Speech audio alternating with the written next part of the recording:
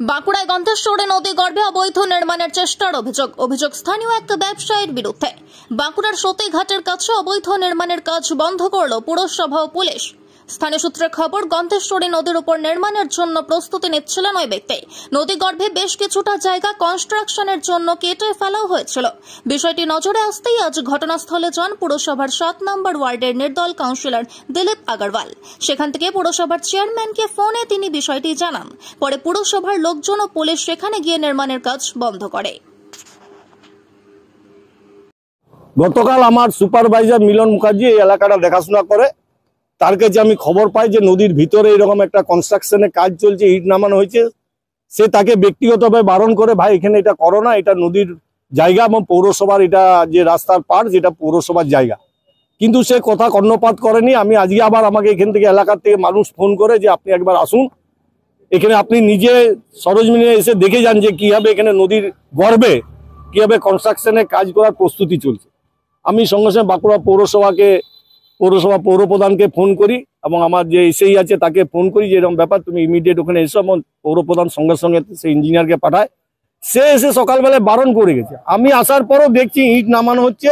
সে কোনো কষে তাকে বলতে গেলেই বলছে গোটা নদীর দখল হয়ে গেছে, সবাই করছে, আমিও করছি।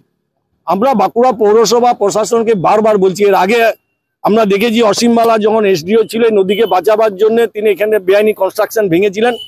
পরবর্তীকালে জেলা প্রশাসন এবং পৌরসভা উদাসীনতায় আবার কিন্তু গন্ধেশ্বরী দখল হতে যাচ্ছে। আমি অনুরোধ করব বাঁকুড়া পৌরসভা চেয়ারপারসন থেকে আরম্ভ করে পুরো পৌর বোর্ডকে এবং জেলা প্রশাসনকে বাঁকুড়া শহরের মানুষের স্বার্থে গন্ধেশ্বরী নদীকে বাঁচান। গন্ধেশ্বরী নদীর পাড় যেভাবে দখল হচ্ছে, ইমিডিয়েট এগুলোকে ভাঙা হোক।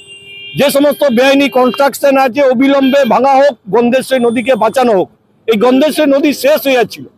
2 বছর আগে রাজ্য সরকার কয়েক লক্ষ টাকা খরচা করে ড্রেজিং করে নতুন করে ব্রিজ তৈরি করে এই গন্ধেশ্বরীকে বাঁচানোর চেষ্টা হচ্ছে। কিন্তু কিছু অসাধু কিছু ব্যবসায়ী, কিছু প্রমোটার এই গন্ধেশ্বরী দখল করে কনস্ট্রাকশন করছে বেআইনিভাবে নদীটাকে শেষ করে দেওয়ার জন্য। নদী যদি এভাবে শেষ হয়ে যায় তাহলে পরিবেশ ভারসাম্যহীন হয়ে পড়বে।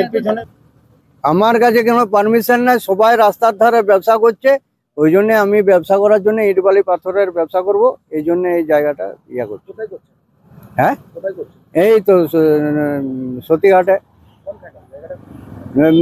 সিনা লজের কাছে। না, নদীর মধ্যে করছি না তো, এইখানে তো ইট বালি পাথরের ব্যবসা করছি। না, আমার জায়গা কেন হবে? পিডব্লিউডির জায়গা, নাহলে মিউনিসিপ্যালিটির জায়গা হবে। আর কি হবে?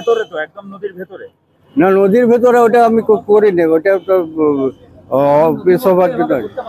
না করতে পারি না। সবাই করছে। আমার 3 বছরের ট্রেড লাইসেন্স থাকাকালীন দিলীপ আগরওয়াল চেয়ারম্যান ছিল, তখন ওই পেট্রোল পাম্পটা ট্রেড লাইসেন্স করে দিল। কি করে করতে পারে? 3 বছরের লাইসেন্স, তাহলে গোটাদের বেআইনি হচ্ছে। তো গোটার লোক তো বেআইনি করছে। হ্যাঁ, সবাই করছে বলেই তো আমিও করছি। নদী কুড়ে করি না, ওটা নদীর ওইখানটা করছি দিছে না, এই রোডে ভাঙা যায় তার জন্য করছিল। তো ভাঙবে তো একদিন তো ভাঙবে। না, নদীর ভেতরে নির্মাণ করছি না তো। আপনি তো করেছেন তো আপনি।